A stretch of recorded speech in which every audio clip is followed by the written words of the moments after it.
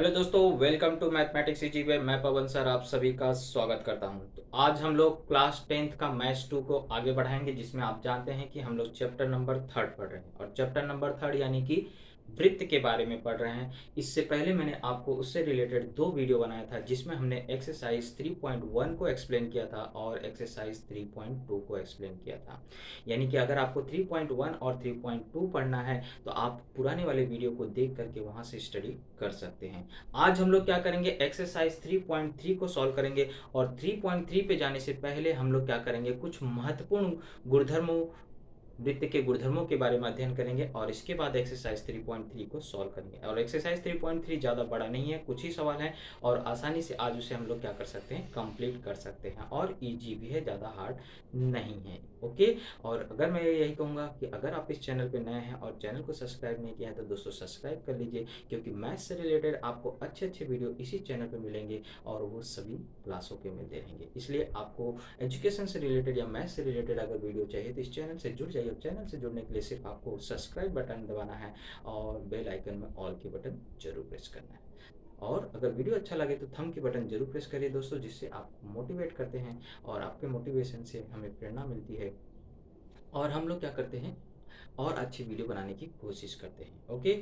और ज़्यादा ज़्यादा अगर आपके जो क्योंकि आप जानते हैं कि क्लास 10th का जब एग्ज़ाम नज़दीक है तो ज़्यादा ज़्यादा दोस्तों के साथ शेयर करिए, जिससे उन्हें भी फायदा हो सके। चलिए स्टार्ट करते हैं एक्सरसाइज 3.3 की बात। 3.3 में देखिए कुछ आपको बेसिक जानकारी देना है, जो आपको कुछ लोगों को पता भी होगा, कुछ लोग नहीं जानते हैं, तो यहाँ से स्टडी कर सकते हैं। एक तो आप जानते हैं जो संपूर्ण वृत्त होता है, यानी कि वृत्त का जो अगर हम अंशात्मक माप की बात करें, जैसे ये हमारा एक वृत्त है और इस वृत्त के अंशात्मक माप की बात करें तो ये पूरा आपको होता है 360। क्योंकि हम जब एक चक्कर पूरा करते हैं तो हमने कितने अंश का कोण बनाया, 360 अंश का। तो वैसे ही संपूर्ण वृत्त का अंशात्मक माप कितना होता है, 360। लेकिन अगर हम कोई रेखा खींचते हैं, अगर वो केंद्र से होके जाती है, यानी कि वृत्त के दो समान भाग हो गए और वृत्त के दो समान भाग हो गए, तो ये वाला भाग कितना हो जाएगा, 180, और ये वाला भाग भी कितना हो जाएगा, 180 अंश। यानी अर्धवृत्त का माप कितने अंश का होता है, 180 अंश का होता है। अब आते हैं हम लोग चाप के प्रकार। तो आप देख रहे हैं जैसे मैंने ये रेखा खींचा तो इसकी वजह से वृत्त के क्या हो गए, दो भाग हो गए और दोनों भाग क्या है, समान है। जरूरी नहीं कि आपको रेखा हमेशा मध्य से जाए, रेखा कहीं से भी जा सकती है। तो जब रेखा आप खींचते हैं वृत्त को जो प्रतिच्छेदित करती है, तो वृत्त के जो दो भाग हो जाते हैं उन्हें क्या कहा जाता है, वृत्त का चाप कहा जाता है।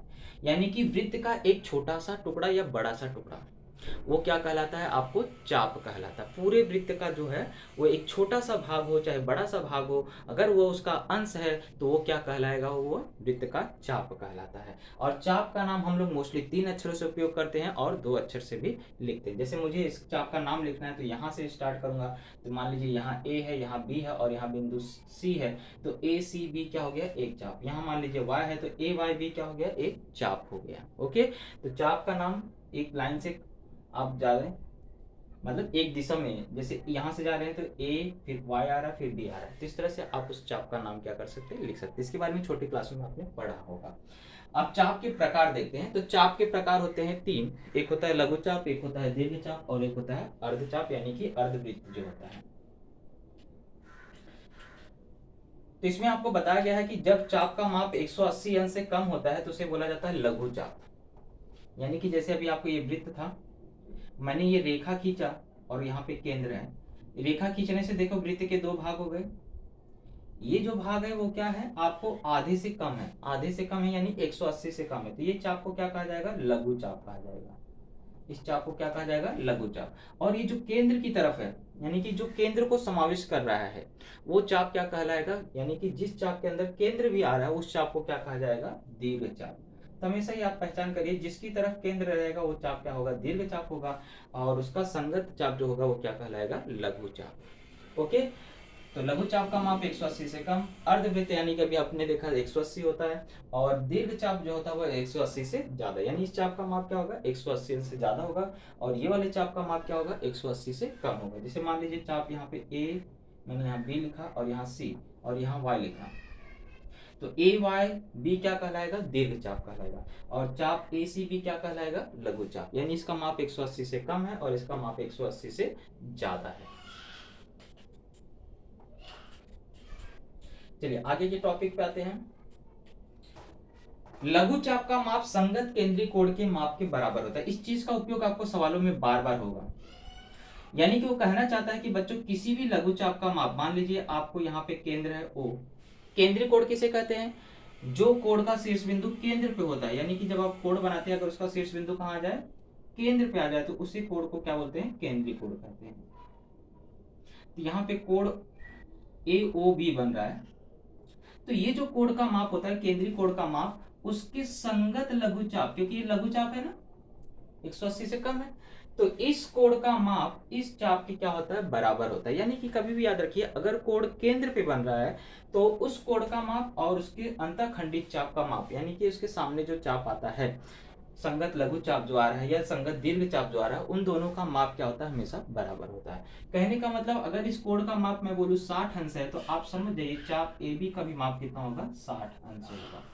ये कहने का मतलब है। तो कभी भी याद रखिए, लघु चाप का माप जो होता है वह संगत केंद्रीय कोण के क्या होता है? बराबर होता है। चलिए अगले पॉइंट को समझते हैं।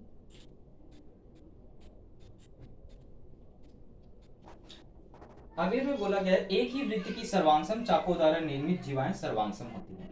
यानी कि अगर आपको चाप सर्वांगसम है, जैसे मान लीजिए एक चाप यहाँ ए सी बी है और एक चाप यहाँ पे आपको एक्स वाई जेड है, ये चाप और ये चाप का माप क्या है? आपस में बराबर है।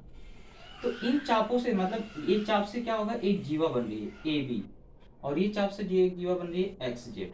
अगर ये चाप आपस में बराबर हुए तो ये जीवाएं भी आपस में क्या होंगी? सर्वांगसम होंगी। यानी चापों का माप अगर समान है या चाप सर्वांगसम है, तो ये दोनों जीवाएं भी क्या होंगी? सर्वांगसम होंगी। एक ही वृत्त की या सर्वांगसम वृत्तों की जीवाओं द्वारा निर्मित, सॉरी, चापों द्वारा निर्मित जो जीवाएं होती हैं वो भी क्या होती हैं? सर्वांगसम। यानी चाप अगर सर्वांगसम तो जीवाएं भी आपस में क्या होंगी? सर्वांगसम होंगी। चाहे वह एक ही वृत्त की हो या सर्वांगसम वृत्त की हो, वृत्त सर्वांगसम होनी चाहिए। अगर अलग अलग वृत्त है तो दोनों सर्वांगसम होने चाहिए, या एक वृत्त में बात करें तो दोनों अगर चाप बराबर हैं तो जीवाएं भी क्या होंगी? बराबर होंगी। ठीक इसका विलोम भी है। ठीक इसका विलोम क्या है? कि अगर जीवाएं आपस में सर्वांगसम है, मान लीजिए ये जीवा और ये जीवा आपस में क्या है? बराबर है, तो इसके द्वारा ये जो चाप बन रहा है और यहाँ जो चाप बन रहा है, ये दोनों चापों का माप क्या होगा? बराबर होगा।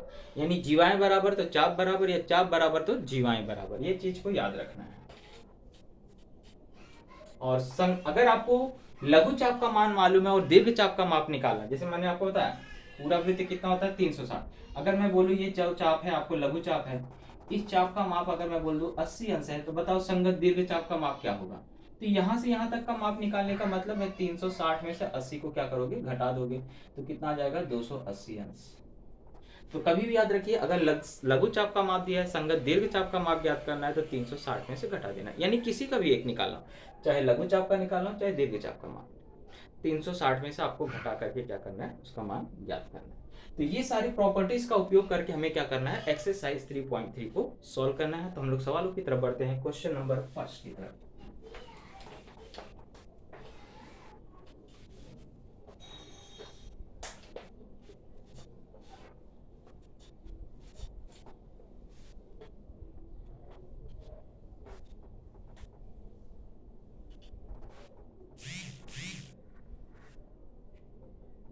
एक्सरसाइज 3.3।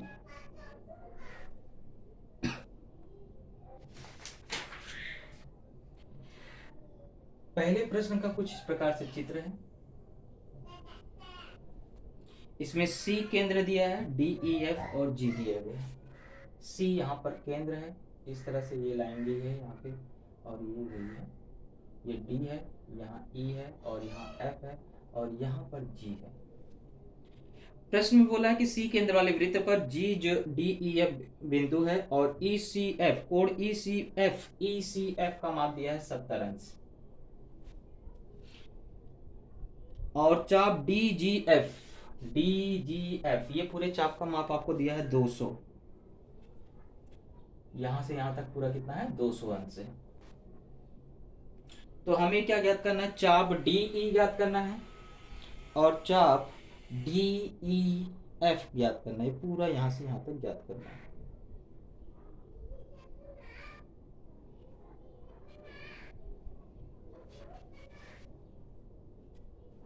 ओके चलिए, आसानी से इसको हम लोग कर सकते हैं। सबसे पहले चाप डी ई ज्ञात करना है, तो उसके लिए हम लोग क्या करेंगे, कोड ये चाप ई एफ का मान निकाल लेंगे। तो आप ऐसे लिखेंगे, सी केंद्र वाले वृत्त में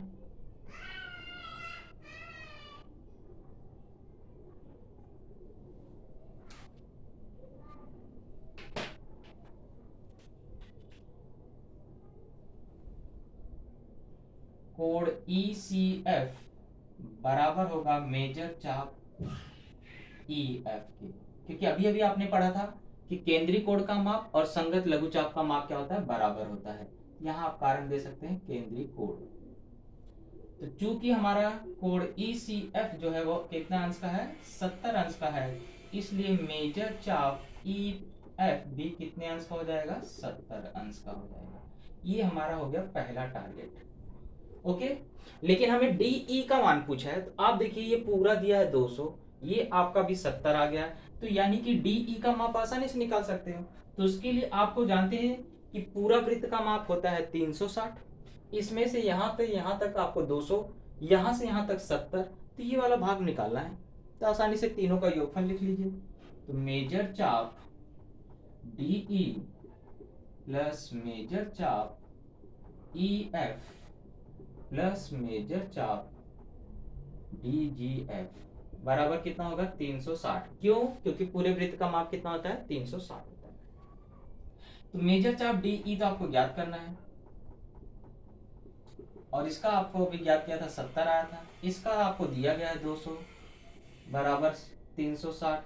अब 360 में से उसको घटा दीजिए, तो मेजर चाप डी ई का जो माप है वो क्या हो जाएगा, 360 अंश माइनस ये दोनों को जोड़ेंगे कितना हो जाएगा, 270।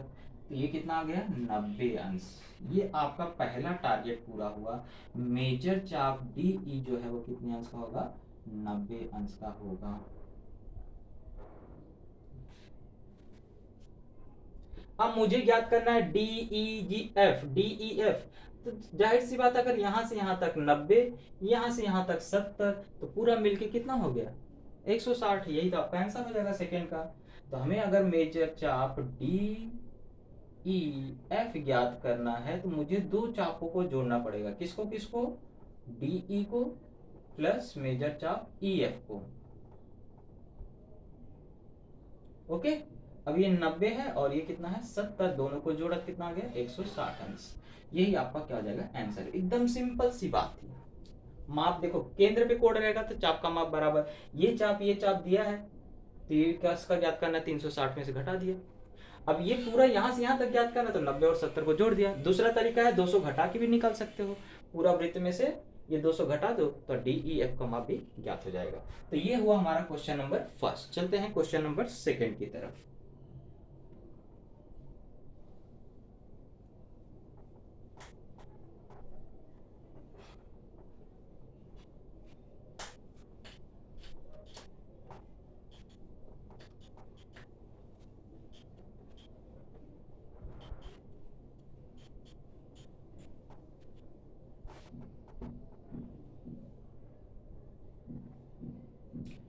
क्वेश्चन नंबर सेकंड में बोला है, एक त्रिभुज है क्यू आर एस, वो वृत्त के अंदर बना हुआ है, और एक समबाहु त्रिभुज है, ऐसा बोल रहा है क्यू आर एस। ये क्या है, समबाहु त्रिभुज है। तो हमें सिद्ध करना है कि चाप, तीनों चाप आपस में बराबर हैं, और चाप क्यू आर एस का माप जो है वो 240 अंश होगा। क्यू आर एस का माप 240 होगा। ऐसा आपको दो चीजें क्या करना है, ज्ञात करना है। चलिए सबसे पहले सिद्ध करते हैं।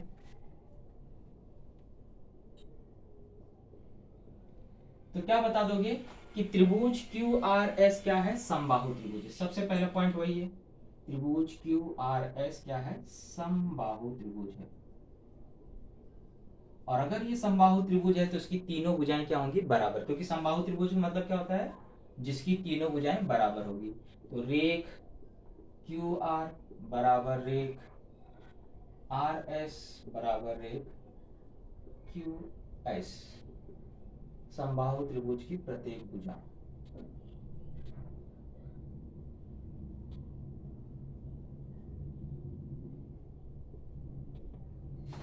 ओके, चलिए, तीनों भुजाएं अगर बराबर हैं तो ये है क्या वृत्त की? ये तो है जीवा। और अभी अभी आपने पढ़ा था, अगर जीवाएं आपस में बराबर होती हैं तो उनके संगत चाप भी क्या होते हैं? बराबर होते हैं। तो मैं कह सकता हूं यहां पर, इसलिए मेजर चाप क्यू आर बराबर होगा मेजर चाप आर एस के बराबर होगा मेजर चाप क्यू एस के। क्यों होगा? क्योंकि अभी हमने पढ़ा था कि एक ही वृत्त की ये वृत्त का चिन्ह है, वृत्त की सर्वांशम जीवाओं द्वारा निर्मित चाप सर्वांशम होते हैं। अगर जीवाएं बराबर हैं तो चाप भी आपस में उनके क्या होंगे? बराबर होंगे। तो तीनों चाप हमने क्या कर दिया? बराबर सिद्ध कर दिया। अब ये बाप बराबर है यानी कि इनको सर्वांशम बोल सकते हैं। तो चाप क्यू आर सर्वांशम हो गया चाप आर एस के, सर्वांशम हो गया चाप क्यू एस। पहला टारगेट यहां से पूरा हुआ। अब देखिए, ये दोनों तीनों चाप अगर आपस में बराबर हैं तो इसके कोई ना कोई माप होंगे, और माप नहीं दिया तो उसको हम लोग क्या करते हैं? एक्स मान लेते हैं। माना चाप क्यू आर बराबर चाप आर एस बराबर चाप क्यू एस बराबर कितने अंश का? एक्स अंश। यहाँ सब में मेजर लगा दीजिए कि इनके जो माप है वो क्या है? हम लोग मान ले रहे हैं कितना? एक्स अंश। अब हम लेकिन ये तीनों मिलके क्या बना रहे हैं? एक पूरा वृत्त बना रहे हैं, और पूरे वृत्त का माप होता है कितना? 360 अंश। तो ये मिलके टोटल कर रहे हैं 360 अंश का। तो हम लोग यहाँ बता सकते हैं कि मेजर चाप अगर क्यू आर मिल जाए मेजर चाप आर एस, और आर एस मिल जाए मेजर चाप क्यू एस से, तो तीनों का मिला के माप हो जाता है 360, क्योंकि वृत्त का माप कितना होता है? 360। अब ये भी x है, ये भी x है, ये भी x है, यानी कि तीनों x मिलके 360। तो 3x बराबर कितना हो गया? 360। आगे का प्रोग्राम यहाँ पे कर देता हूँ थोड़ा। तो 3x का मान अगर 360 है तो x का मान निकालने का मतलब है कि वहां 3 ले जाके भाग दे दो, तो 360/3, तो x का मान आ चुका है 120 अंश। यानी कि ये चाप भी 120 अंश का है, ये चाप भी 120 अंश का है, और ये चाप भी कितने अंश का है? 120 अंश।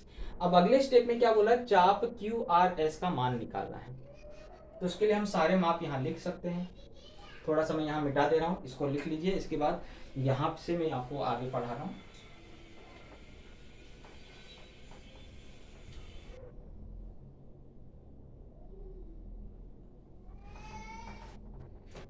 तो देखिए, अब हम लोग को अगर ये x का मान 120 आ गया तो मैं बोल सकता हूँ कि मेजर चाप क्यू आर कितने अंश का है? 120 अंश का। मेजर चाप आर एस भी कितना होगा? 120 अंश का। तो मुझे क्या निकालना है? Q R S. तो अगर मुझे निकालना है मेजर चाप क्यू आर एस, तो मैं क्या करूंगा? दोनों चापों को जोड़ दूंगा, क्यू आर प्लस मेजर चाप आर एस। ये 120, ये भी 120, टोटल हो गया 240 अंश। यही आपका आंसर हो गया कि मेजर चाप क्यू आर एस बराबर होगा कितना? 240 अंश। ओके, कोई दिक्कत नहीं थी, तीनों भुजाएं बराबर थी इसलिए तीनों चाप बराबर हो गए। लेकिन तीनों चाप मिलकर के क्या बना रहे हैं? एक वृत्त बना रहे हैं, और वृत्त का माप होता है कितना? 360। और हर एक अगर बराबर है तो 3 से उसको डिवाइड कर दिया तो x का मान आ गया 120, यानी हर एक चाप कितने अंश का था? 120। तो मुझे यहाँ दोनों चापों को मिला के पूछ रहा था, दोनों चापों को मिलाया तो 120 और 120 कितना हो गया? 240 हो गया। ओके, चलिए बढ़ते हैं क्वेश्चन नंबर 3 की तरफ। और ये एक्सरसाइज का क्या है? आखिरी सवाल है। बहुत ही छोटा एक्सरसाइज और प्यारा एक्सरसाइज था। आप इसे आसानी से सॉल्व करके क्या कर सकते हैं? अच्छा स्कोर कर सकते हैं।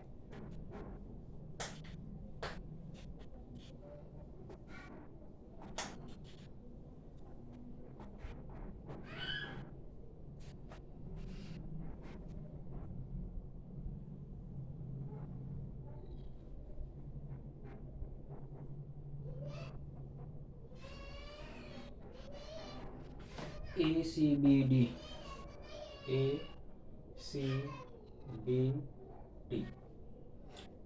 तो आपको बोला है दोनों जीवाएं क्या है, परस्पर सर्वांगसम है।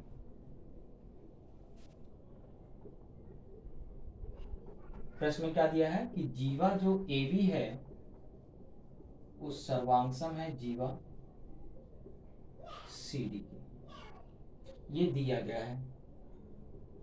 और आपको सिद्ध करना है कि चाप एसी, चाप ही बोलो ना, हाँ, चाप एसी बराबर सिद्ध करना है बीडी के। भले आपको यहाँ छोटा बड़ा दिख रहा है लेकिन डायग्राम आपको सही से बना नहीं है। तो ये चाप एसी और बीडी को क्या करना है, बराबर सिद्ध करना है। तो कैसे सिद्ध करेंगे उसके लिए आपको देखना है। दोनों अगर जीवा है, यहाँ से ये जीवा बराबर है और ये जीवा आपस में बराबर है, तो जीवाओं द्वारा जो निर्मित चाप होते हैं वो क्या होते हैं, आपस में बराबर होते हैं। तो अगर ये जीवाएं आपस में सर्वांगसम है तो मैं बोल सकता हूँ चाप ए सी बी सर्वांगसम होगा चाप, देखो ये वाला चाप ए बी द्वारा जीवा कौन सा, सॉरी, जीवा ए बी से कौन सा चाप बन रहा है, ए सी बी बन रहा है। और जीवा सी डी से कौन सा चाप बन रहा है, सी बी डी बन रहा है ना। तो चाप सी बी डी क्या हो जाएंगे आपस में सर्वांगसम। कारण क्या लिखोगे, सर्वांगसम जीवाओं द्वारा निर्मित चाप।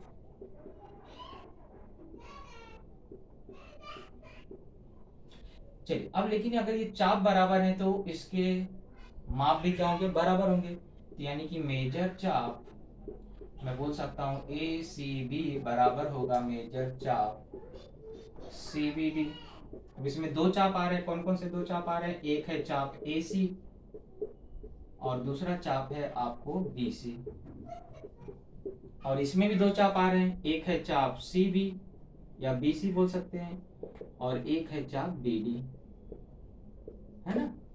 ये बड़े वाले चाप में दो चाप थे, इसको लिख दिया, और ये वाले बड़े चाप में दो चाप थे, उसको लिख दिया। अब मेजर चाप बी सी कट गया तो मेजर चाप ए सी बराबर आ गया किसके, मेजर चाप बी डी के। और चापों के माप अगर बराबर होते हैं तो इसलिए उन्हें क्या कह सकते हैं, सर्वांगसम। तो चाप ए सी सर्वांगसम हो गया चाप बी डी के। ये सिंपल सा सवाल था। तो इस तरह से हमारा एक्सरसाइज क्वेश्चन सॉरी एक्सरसाइज 3.3 भी कंप्लीट हुआ। यानी कि हमने अभी तीसरे पार्ट में एक्सरसाइज 3.3 तक कंप्लीट कर चुके हैं। एक्सरसाइज 3.4 बचता है और एक्सरसाइज 3.5 इस साल के सिलेबस में नहीं है, यानी एक एक्सरसाइज बचता है, उसको भी हम लोग अगले वीडियो में कंप्लीट करेंगे। और फिर हम लोग क्या करेंगे, प्रॉब्लम सेट के कुछ इंपॉर्टेंट सम सॉल्व करेंगे, जिससे हमारा चैप्टर नंबर 3 क्या हो जाएगा, कंप्लीट हो जाएगा। ओके, आई होप आपको वीडियो अच्छा लगा है, और अच्छा लगा है तो थंब का बटन जरूर दबाइए, लाइक जरूर करिएगा, शेयर कर दीजिएगा दोस्तों, और चैनल पर नए हैं तो दोस्त सब्सक्राइब करके जरूर जाइएगा। ओके, मिलते हैं अगले वीडियो में, तब तक के लिए जय हिंद, जय महाराष्ट्र।